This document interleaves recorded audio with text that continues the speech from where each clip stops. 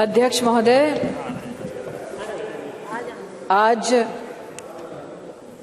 इस सभागार में मां भारती का नमन कर मेरे संसदीय क्षेत्र के हर एक नागरिक का आभार व्यक्त कर मैं भारत के नव भारत के निर्माण की सृजन की सबसे सशक्त नींव नारी शक्ति वंदन अधिनियम को इस सदन में सर्वप्रथम प्रणाम करती हूं और विशेषतः देश के प्रधान सेवक का वंदन एवं अभिनंदन करती हूं। कल की तारीख जब ये अधिनियम आदरणीय कानून मंत्री ने राष्ट्र के सम्मुख प्रस्तुत किया,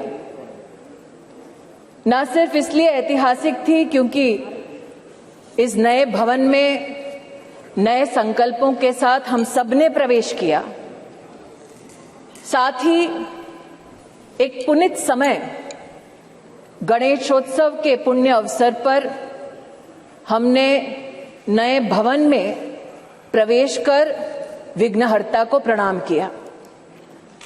लेकिन अगर विघ्नहर्ता के सृजन की, आराधना की मूल भावना को देखें तो गणेश जी का स्वरूप अपने आप में अपनी मां के हाथों से सृजित है और मां के प्रण ने, मां की तपस्या ने गणपति जी में प्राण दिए, यह उसका सबसे बड़ा प्रतीक है। हमारी सभ्यता में यह भी मान्यता है कि नव भवन में जब प्रवेश होता है तो पहला पैर, पथ पर पहला आगमन घर की लक्ष्मी का होता है। कई समाज के वर्गों में भवन के बाहर घर की लक्ष्मी अपने हाथ की अमिट छाप छोड़ती है और कई परिवारों में पैरों के नीचे आलता लगाकर बेटियों का सबसे पहला कदम ऐसे भवनों में रखा जाता है। और अगर संविधान की मर्यादा की दृष्टि से देखें तो लक्ष्मी ने संवैधानिक स्वरूप लिया है इस अधिनियम के माध्यम से, जिसके लिए मैं सरकार का, इस सदन का और पीठ का विशेषतः आभार व्यक्त करती हूं। आज चर्चा में कई महानुभावों ने श्रद्धेय अटल बिहारी वाजपेयी जी का नाम लिया और साथ ही आदरणीय देवी गौड़ा जी को भी आभार वंदन किया। ये भी सत्य है कि मुझसे पूर्व की वक्ता ने राष्ट्र को जब गुलामी से स्वतंत्रता मिली तब क्या महिलाओं की परिस्थिति थी उसका उल्लेख किया कि हां, तब भी जब देश आजाद हुआ तब भी कई प्रदेशों की साधारण परिवारों की महिलाओं ने कहा कि हमारा संवैधानिक अधिकार आरक्षित करें, लेकिन तब साधारण परिवारों की वो महिलाएं जिन्होंने राष्ट्र को आजाद करने में अपनी भूमिका निभाई, जो दूरदर्शी थी, जानती थी कि साधारण वंचित समाजों की महिलाओं को अगर मौका अनोखे ढंग से संविधान की मर्यादा में ना दिया गया तो शायद आगामी वर्षों में महिलाओं के लिए एक चुनौती बन जाएगा। आज मैं उन महिलाओं की दूरदर्शी सोच को वंदन करती हूं। महोदय, 1971 में तब की सरकार में एक कमेटी का गठन हुआ on the status of women in India, और आज मैं विशेष रूप से आपका ध्यान आकृष्ट करती हूं 1974 में जब कमेटी ने अपनी रिपोर्ट को साझा किया तो उसके 7वें चैप्टर में पॉलिटिकल स्टेटस के वर्णन में ये इंगित है कि तब भारतीय जनसंघ ने कहा था कि महिलाओं को कॉन्स्टिट्यूशनली गारंटी कीजिए। They were the advocates for women's reservation. आज जनसंघ के उन नेताओं को, उन चिंतकों को मैं आभार व्यक्त करती हूं। ये मेरा सौभाग्य है कि मैं भारतीय जनता पार्टी की एक साधारण कार्यकर्ता हूं, जिसको मेरे संगठन ने असाधारण मौके दिए ताकि मैं संगठन के माध्यम से संविधान की मर्यादा में अपने राष्ट्र की, समाज की सेवा कर सकूं। ये भाजपा के कार्यकर्ताओं का गौरव है कि इस राष्ट्र में अपने संगठन में पहली बार महिलाओं को आरक्षण देने वाली राजनीतिक पार्टी भारतीय जनता पार्टी बनी। ये भी कहना सत्य होगा कि व्यवस्थाओं को किस दृष्टि से संगठन में सम्मिलित करना, इसके लिए साल 2007 में नेशनल एग्जीक्यूटिव की मीटिंग के अंतर्गत तब के हमारे राष्ट्रीय अध्यक्ष और अब के हमारी कैबिनेट के वरिष्ठ नेता श्री राजनाथ सिंह जी ने एक कमेटी का गठन किया। ये सौभाग्य है मेरा कि उस कमेटी में आज 2 सदस्य वर्तमान इस सदन में उपस्थित हैं। आज उस कमेटी जिसकी अध्यक्षता श्रद्धेय सुषमा स्वराज जी ने की, आज उस कमेटी की एक और सदस्य जिनका देहांत हो चुका है, किरण महेश्वरी जी, और जो संगठन में आध्यात्म की दृष्टि से मेरे मार्गदर्शक रहे, ऐसे श्रद्धेय बाल आपटे जी हमारे बीच नहीं हैं। मैं उनके योगदान के लिए उनको नमन करती हूं। ये भी उचित होगा अध्यक्ष जी कहना कि उस कमेटी में नजमा हिप्तुल्ला जी थी, उनका आभार वंदन करती हूं। सुमित्रा महाजन जी थी, जिन्होंने बार बार लगातार अपनी पुण्य भूमि से, इंदौर से चुनाव जीतकर हम सबका गौरव बढ़ाया। उन्होंने स्पीकर की भूमिका में महिलाओं का राष्ट्र भर में गौरव बढ़ाया। मैं ताई की अनुपस्थिति में ताई को प्रणाम करती हूं। और कमेटी में 2 और महानुभाव थे जो विद्यमान है वर्तमान के सदन में, जिन्होंने महिला आरक्षण भाजपा के संगठन में कैसा हो उसको सुनिश्चित किया, जो आज मोदी सरकार के मंत्री हैं, आदरणीय किशन रेड्डी जी और किरण रिजिजू जी। मैं आपको भी आभार व्यक्त करती हूं। महोदय, they say success has many fathers and failure has none। और इसीलिए कल जब ये प्रस्ताव सदन में आया तो कुछ लोगों ने कहा हमारा बिल है, कुछ लोगों ने कहा हमने चिट्ठी लिखी, कुछ लोगों ने कहा कि ये पूरा का पूरा संवैधानिक निर्माण हमारा था। आज ऐसी एक सम्मानित नेत्री ने सदन में अपना वक्तव्य रखा, लेकिन उनका मैं एक विशेष रूप से आभार व्यक्त करती हूं कि 2 विषयों पर उन्होंने ऑन रिकॉर्ड स्पष्टीकरण दिया है। हमको बार बार बतलाया जाता कि एक विशेष परिवार ने 73rd 74th amendment to the constitution पारित करवाया। आज मैं आभार वंदन करती हूं कि पहली बार स्पष्टता हुई इस सदन में उनके द्वारा कि ये पुण्य काम पीवी नरसिम्हा राव जी ने किया, जिनके मरणोपरांत उनके ही पार्टी के हेडक्वार्टर में उनको नमन करने का मौका नहीं दिया गया। दूसरा, ये कथन कि अभी क्यों नहीं और ये वक्त हमारा बिल है तो अभी करिए। तो महोदय, ये उस बिल की प्रति है जिनको वो हमारा कहते हैं। उसमें अगर आप दूसरे पृष्ठ पे 2B और 3B पढ़ें, और ये वो है जो कांग्रेस पार्टी कहती है यूपीए की सरकार में राज्यसभा में पारित हुआ और फिर लोकसभा में प्रस्तुत हुआ। अगर आप इस पृष्ठ पर ये दोनों छंद पढ़ें तो यूपीए, जिसकी अध्यक्षा श्रीमती सोनिया गांधी हैं, उन्होंने कहा है, no seat shall be reserved for women belonging to scheduled caste, scheduled tribes in the third general elections. 3B पढ़ें तो उन्होंने कहा, प्रस्ताव दिया, no seat shall be reserved for women in the third general election.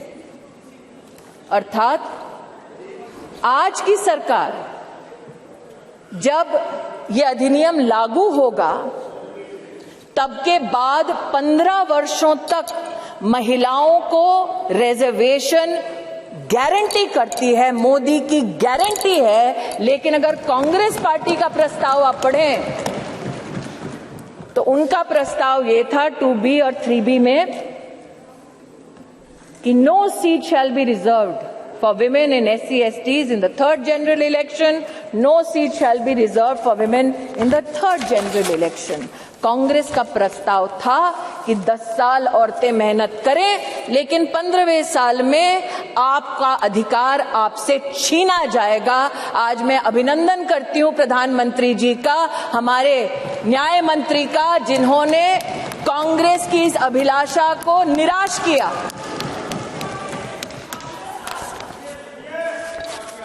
फिर इनका ये वक्तव्य कि आप अभी क्यों नहीं कराते। महोदय, हम जानते हैं कि संविधान को छिन्न भिन्न करना ये कांग्रेस की पुरानी आदत है, लेकिन आज अगर आप इसी गरिमामय संविधान के अनुच्छेद 82 को पढ़ें, 82, ये किताब नहीं है, संविधान का मेरे हाथों में, तो आपके लिए किताब होगी, हमारे लिए पूजनीय है, संविधान है ये।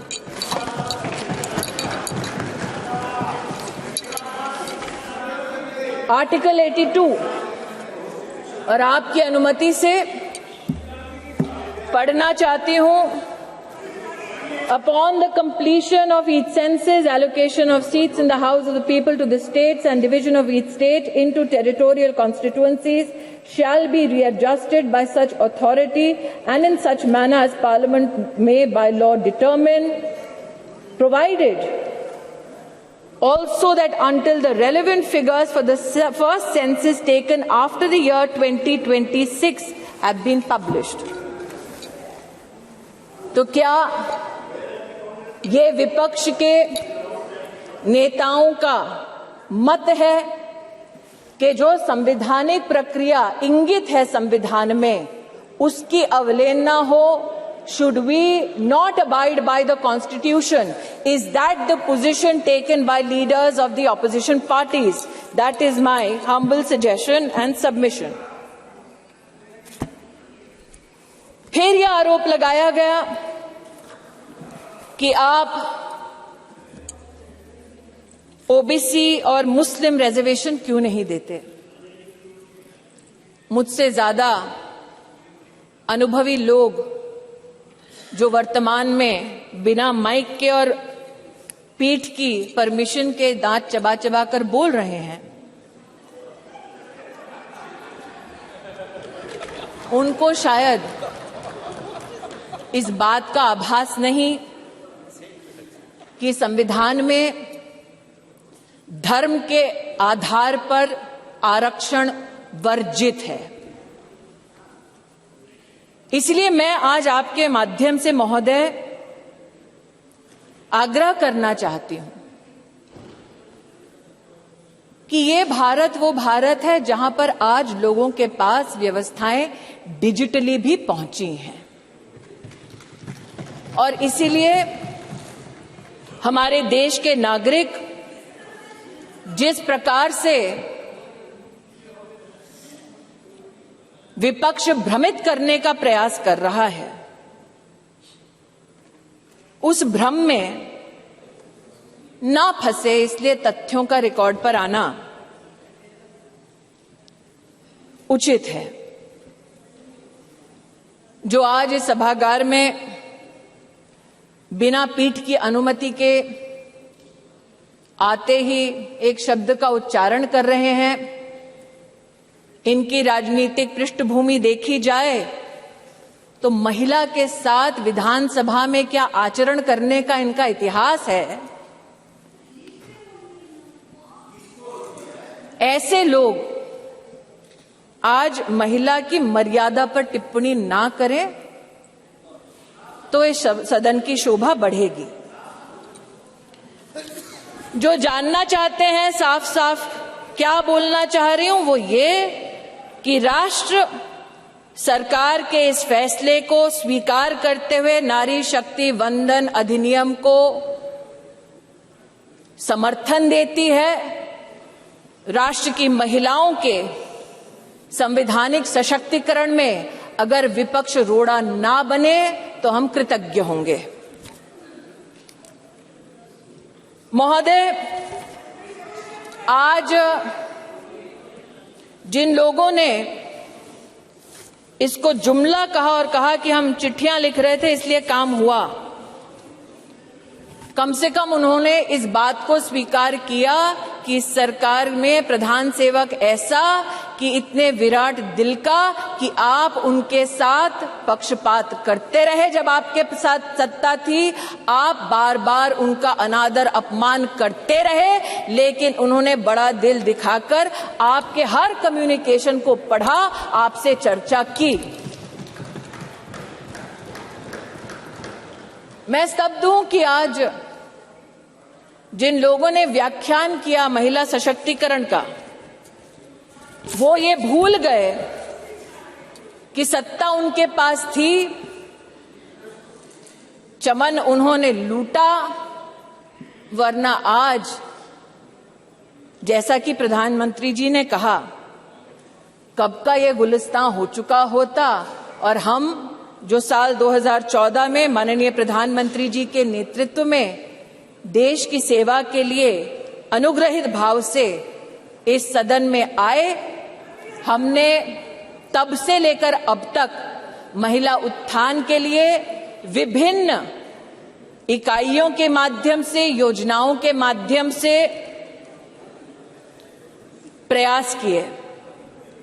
इस सदन में महिलाओं के लिए टॉयलेट्स बनाने की बात हुई, इस सदन में महिला को किस प्रकार से घर दिलवाया उसकी बात हुई, लेकिन महिला सशक्तिकरण माननीय प्रधानमंत्री जी के लिए एकमात्र टर्म से संबंधित, योजना से संबंधित संकल्प नहीं।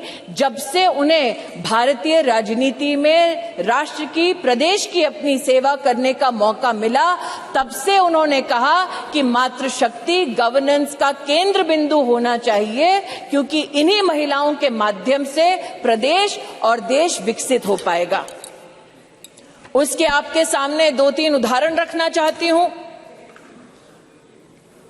एक, साल 2006 में जब माननीय प्रधानमंत्री जी के पास प्रदेश में मुख्यमंत्री की जिम्मेदारी थी तो उन्होंने जेंडर इक्विटी की पॉलिसी बनाई, लेकिन मात्र पॉलिसी तक सीमित नहीं रहे, अपने 10 अलग अलग विभागों के माध्यम से उन्होंने जेंडर बजट को भी प्रस्तुत किया।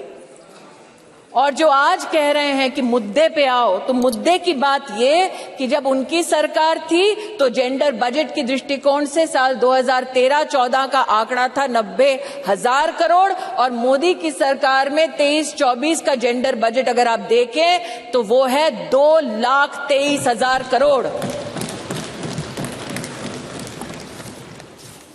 ये मुद्दे की बात पर आना चाहते हैं। मुद्दे की बात ये कि जब प्रधानमंत्री जी के पास प्रदेश की जिम्मेदारी थी तब उन्होंने बेटियों की शिक्षा के लिए अपने आप को समर्पित किया।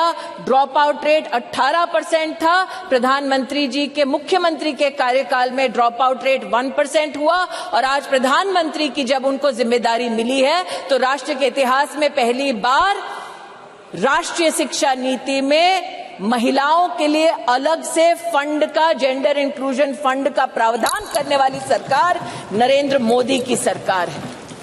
ये कहते हैं मुद्दे पर आओ, तो मुद्दा ये कि जब प्रधानमंत्री जी के पास प्रदेश की जिम्मेदारी थी तो उन्होंने ई ममता एक कार्यक्रम शुरू किया ताकि गर्भवती माताएं, बच्चे उसके माध्यम से सरकारी व्यवस्था से उनका बेनिफिट ट्रैक हो सके, कौन वंचित है उस तक हम पहुंच सके। और आज नरेंद्र मोदी जब देश के प्रधानमंत्री हैं तो राष्ट्र के इतिहास में पहली बार पोषण ट्रैकर के माध्यम से देश के 7.5 करोड़ बच्चे और 2.5 करोड़ महिलाओं को पोषण अभियान के माध्यम से डिजिटली सेवा पहुंचाई जाती है।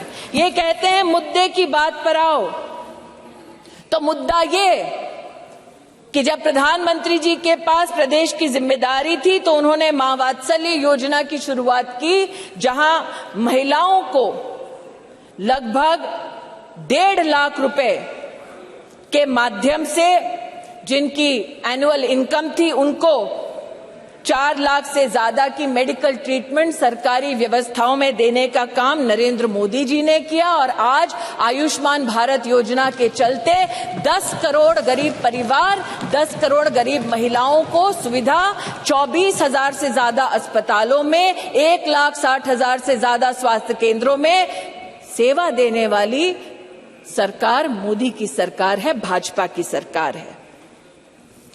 इसलिए जो कहते हैं कि महिला सशक्तिकरण मात्र आज एक चुनावी मुद्दा है, उनसे कहना चाहती हूं, नरता का आदर्श तपस्या के भीतर पलता है, देता वही प्रकाश आग में जो अभित जलता है।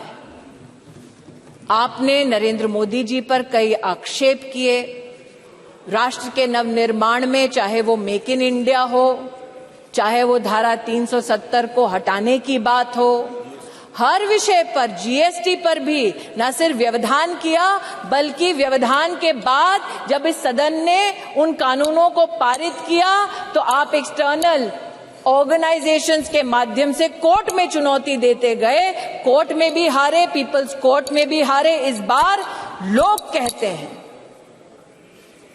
कि 27 साल नहीं, अगर आप जनसंघ की पृष्ठभूमि देखें तो 1974 से हम प्रमाणित कर सकते हैं कि हमारी आइडियोलॉजी ने, हमारे ऑर्गेनाइजेशन ने बार बार कहा कि आप संवैधानिक ढांचे की मर्यादा में महिला का आरक्षण गारंटी करें।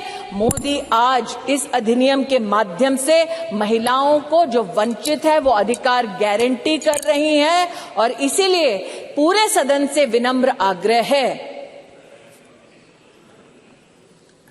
कि एक साइंटिफिक पद्धति से संविधान का संरक्षण करते हुए जो प्रस्ताव सरकार लेकर आई है, वाकई में अगर आपकी रुचि महिला को पॉलिटिकली सशक्त करने की है तो आप इस अधिनियम का समर्थन करें। अंत में कुछ लोगों ने अपने वक्तव्यों में यह भी कहा कि आप रैंकिंग देख लीजिए। मैं उस पर एक स्पष्टीकरण देना चाहती हूं महोदय। अंतर्राष्ट्रीय रैंकिंग में वो महिला जो भारत की पंचायतों से जीत कर आती है, उस महिला का न सम्मान होता है न उसकी गणना होती है। अंतर्राष्ट्रीय रैंकिंग्स में वो महिला जो विधानसभा या विधान परिषद में चुनकर आती है, उस महिला की भी गणना नहीं होती, उसकी भी गिनती नहीं होती। अंतर्राष्ट्रीय रैंकिंग में जो महिला लोकसभा में, राज्यसभा में चुनकर आती है, उसकी भी गणना नहीं करते। वर्षों वर्ष से चला आ रहा था सिलसिला। मोदी सरकार ने इस विषय को अंतर्राष्ट्रीय पटल पर उठाया और लिखित में उनसे जवाब दिया कि हां, अब हम हिंदुस्तान की पंचायतों में जीतने वाली महिलाओं का सम्मान करेंगे, विधानसभा में जीतने वाली महिलाओं का सम्मान करेंगे, लोकसभा में जीतने वाली, राज्यसभा में हमारी जो महिलाएं सेवा दे रही है उनकी गिनती करेंगे। We have made women count and it is time for you to step up in the opposition and not mere reduce your words to paper, to speech, but speak with action and support Nari Shakti Vandan Adhiniyam. Dhanyawad. Thank you.